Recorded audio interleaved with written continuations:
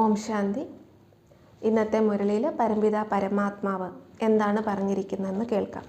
ഇന്നത്തെ മുരളി ഡേറ്റ് 28/9/2020. ബാബ പറയുന്നു, മീठे बच्चे तुम सारी दुनिया के सच्चे सच्चे मित्र हो, तुम्हारे किसी से भी शत्रुता नहीं होनी चाहिए. ബാബ പറയുന്നു, മധുരമായ കുട്ടികളെ, നിങ്ങൾ മുഴുവൻ ലോകത്തിൻ്റെയും സത്യമായ മിത്രങ്ങളാണ്. അതുകൊണ്ട് നിങ്ങൾക്ക് ആരോടും തന്നെ ശത്രുത ഉണ്ടാകാൻ പാടില്ല. ഈശ്വരൻ ഇപ്പോൾ വന്നിരിക്കുന്നത് തന്നെ വിശ്വത്തിൽ ശാന്തി സ്ഥാപിക്കാൻ വേണ്ടിയാണ്. അപ്പോൾ അതിനുവേണ്ടി നമ്മളെ തിരഞ്ഞെടുത്തിരിക്കുകയാണ് ശാന്തി ദൂതരായിട്ട്. അതുകൊണ്ട് നമുക്ക് തന്നെ ആരോടും ശത്രുത ഉണ്ടാകാൻ പാടില്ല. എല്ലാവരെയും മിത്രമാക്കി മാറ്റണം. ഇന്നത്തെ മുരളിയിലെ ചോദ്യമാണ്, തും रूहानी मिलिट्री हो, तुम्हें बाप का कौन सा डायरेक्शन मिला हुआ है जिसे अमल में लाना है. നിങ്ങൾ ആത്മീയ മിലിറ്ററിയാണ്. നിങ്ങൾക്ക് ബാബ പ്രാക്ടിക്കലാക്കാൻ വേണ്ടി ഒരു നിർദ്ദേശം നൽകിയിട്ടുണ്ട്. അതെന്താണ്? ബാബ നമുക്ക് നൽകിയിട്ടുള്ള ഡയറക്ഷനാണ്, കുട്ടികളെ നിങ്ങൾ സദാ ബാഡ്ജ് ധരിക്കൂ. നമ്മൾ ഈ വിദ്യാലയത്തിൽ 1 വർഷത്തോളം ജ്ഞാനയോഗത്തിൻ്റെയൊക്കെ സാധന ചെയ്ത് കഴിയുമ്പോൾ നമുക്ക് ബാഡ്ജ് തരും. പക്ഷെ നമ്മൾ മറ്റുള്ളവർക്ക് ജ്ഞാനയോഗമൊക്കെ പഠിപ്പിച്ചു കൊടുക്കാൻ യോഗ്യതയുള്ളവരായി. എവിടെ പോകുമ്പോഴും ബാഡ്ജ് ധരിക്കണം. ഇപ്പോൾ ട്രെയിനിലൊക്കെ പോകുമ്പോഴും ബാഡ്ജ് ധരിച്ചിരിക്കുകയാണെങ്കിൽ അനേകരുടെ സേവനം ചെയ്യാൻ സാധിക്കും. അപ്പോൾ അവർ നമ്മളോട് ചോദിക്കും, നിങ്ങൾ ആരാണ്, എന്താണ് ഈ ധരിച്ചിരിക്കുന്നത്? അപ്പോൾ നമുക്ക് ജ്ഞാനം പറഞ്ഞു കൊടുക്കാൻ സാധിക്കും. അങ്ങനെ മറ്റുള്ളവരെ നന്മ ചെയ്യാൻ സാധിക്കും. അപ്പോൾ ആരെങ്കിലും നിങ്ങളോട് ചോദിക്കുകയാണെങ്കിൽ നിങ്ങൾ പറയണം, ഞങ്ങൾ ഈ ലോകത്തിലെ കാമാഗ്നിയെ അണയ്ക്കുന്ന അഗ്നിശമന സേനയാണ്. ലോകത്തിൽ മൊത്തം കാമത്തിൻ്റെ ആഗ്രഹത്തിൻ്റെ അഗ്നി ബാധിച്ചിരിക്കുകയാണ്. എന്നാൽ ആഗ്രഹങ്ങളൊക്കെ നിഴല് പോലെയാണ്. ആഗ്രഹം പൂർത്തിയാകാത്തിടത്തോളം അതിൻ്റെ പിന്നാലെ നാം അലഞ്ഞുകൊണ്ടേയിരിക്കും. നമ്മുടെ ശാന്തിയെല്ലാം നഷ്ടമാകും. ഇനി അഥവാ ഒരു ആഗ്രഹം പൂർത്തീകരിച്ചാൽ പിന്നെ അടുത്ത ആഗ്രഹം ജനിക്കും. പിന്നെ അതിൻ്റെ പിന്നാലെ ഓടിക്കൊണ്ടിരിക്കും. അതുപോലെ ഈ ലോകത്തിലെ എല്ലാ പ്രശ്നങ്ങളുടെയും കാരണം ഈ ആഗ്രഹങ്ങൾ തന്നെയാണ്. അപ്പോൾ നമുക്ക് പറഞ്ഞു കൊടുക്കാൻ സാധിക്കും, ഈ ആഗ്രഹത്തിൻ്റെ അഗ്നി എങ്ങനെ അണയ്ക്കാൻ സാധിക്കും. നമുക്ക് ധ്യാനത്തിലിരിക്കുന്ന സമയത്ത് അറിയാൻ സാധിക്കും. ചിലർക്ക് 1 സെക്കൻഡ് മതി, ചിലർക്ക് 5 മിനിറ്റ് എടുക്കാം, 10 മിനിറ്റ് എടുക്കാം ഈശ്വരനുമായിട്ട് കണക്റ്റഡ് ആകാൻ. അപ്പോൾ കണക്റ്റഡ് ആയിക്കഴിഞ്ഞാൽ നമ്മുടെ ഉള്ളിലേക്ക് ശാന്തി, സ്നേഹം, സന്തോഷം, എല്ലാ ഗുണങ്ങളുടെ ഊർജത്തിൻ്റെ പ്രവാഹം ഉണ്ടാകും. നമ്മൾ സമ്പന്നമായതായിട്ട് അനുഭൂതി ഉണ്ടാകും. അപ്പോൾ നമുക്ക് തോന്നും, എനിക്ക് നേടേണ്ടതെല്ലാം ഞാൻ നേടിക്കഴിഞ്ഞു, ലഭിക്കേണ്ടതെല്ലാം ലഭിച്ചു കഴിഞ്ഞു. എൻ്റെ ഏറ്റവും ഉയർന്ന ലക്ഷ്യം ഈശ്വരൻ തന്നെയായിരുന്നു, എൻ്റെ ആത്മാവിൻ്റെ സമ്പന്ന അവസ്ഥയായിരുന്നു. പിന്നെ ആ അനുഭൂതി തന്നെ ലയിച്ചിരിക്കാൻ തോന്നും. ബാക്കി ഒരു വിഷയങ്ങളെക്കുറിച്ചും പ്രശ്നങ്ങളെക്കുറിച്ചും നമുക്ക് ചിന്ത ഉണ്ടാവുകയില്ല. കാരണം ആത്മാവിൻ്റെ ഏറ്റവും സത്യമായ കാമന, ആഗ്രഹം ഇത് തന്നെയാണ്. ഈ അവസ്ഥയിൽ എത്തിക്കഴിഞ്ഞ വ്യക്തി പിന്നെ അവർ കർമ്മത്തിലേക്ക് പോകുമ്പോൾ അവർ കൊടുക്കുന്നവരാകും, കാമധേനുവാകും. പക്ഷെ മറ്റുള്ളവരുടെ ആഗ്രഹങ്ങളെ നമുക്ക് പൂർത്തീകരിക്കാൻ സാധിക്കും. അവർക്ക് ശാന്തി നൽകണം, സന്തോഷം നൽകണം. അപ്പം അതിനുവേണ്ടി നമ്മൾ ത്യാഗം ചെയ്യാൻ തയ്യാറാകും. നമ്മൾ സഹിക്കാനും ക്ഷമിക്കാനൊക്കെ തയ്യാറാകും. അപ്പം അതുകൊണ്ട് ഇപ്പം നമ്മൾ മറ്റുള്ളവർക്ക് പറഞ്ഞു കൊടുക്കേണ്ട സന്ദേശമാണ്, നിങ്ങൾ പവിത്രമാകൂ, അതുവരെ ദൈവിക ഗുണങ്ങളെ ധാരണ ചെയ്യൂ, സമ്പന്നമാക്കൂ ആത്മാവിനെ. ഈ സന്ദേശമാണ് നമ്മളിപ്പോൾ നൽകേണ്ടത്. ഇന്നത്തെ മുരളിയിലെ ധാരണാ പോയിൻറ്റ്സ് നോക്കാം. ഫസ്റ്റ് പോയിൻ്റ്, കബി ആപ്പസ് മേ രൂട്ട് കർ സർവീസ് മേ ധോക്കാ നഹി ദേനാ ഹെ. ഒരിക്കലും നമ്മൾ പരസ്പരം പിണങ്ങി സേവനം ചെയ്യാതിരിക്കരുത്, സേവനത്തോട് പിണങ്ങരുത്. വികൻ രൂപ് നഹി ബന്നാ ഹെ, ഒരിക്കലും വിഘ്നമായി മാറരുത്.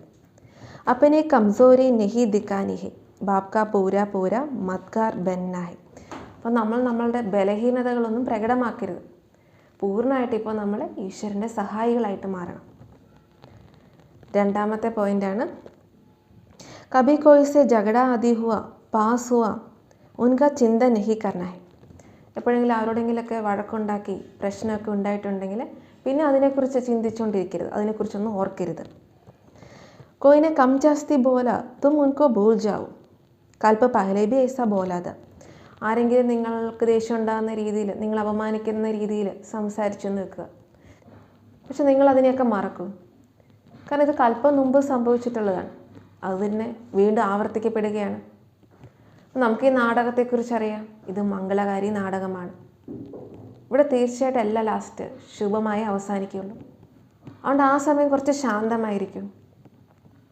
നമ്മളായിട്ട് കൂടുതൽ പ്രശ്നം ഉണ്ടാക്കാതിരിക്കണം. അപ്പോൾ നമുക്ക് കാണാൻ സാധിക്കും, മാജിക്ക് പോലെ എല്ലാ പ്രശ്നങ്ങളും മാറും, എല്ലാം ശുഭമായിട്ട് അവസാനിക്കും. പക്ഷെ നമ്മൾ എന്തെങ്കിലും എടുത്തുകാടി ചെയ്യുകയാണെങ്കിൽ പിന്നെ അതിൻ്റെ പ്രശ്നങ്ങളെയൊക്കെ ഫേസ് ചെയ്യേണ്ടി വരും. പിന്നെ അവസാനം ഈ പ്രശ്നങ്ങളൊക്കെ ഇല്ലാതാവുന്നതും കാണാം. അപ്പോൾ അതിനെക്കാട്ടും ഭേദം നമ്മൾ ശാന്തമായിരുന്ന പ്രശ്നങ്ങളില്ലാതെ തന്നെ അവസാനം ശുഭമായിട്ട് സമാപ്തി ഉണ്ടാകും.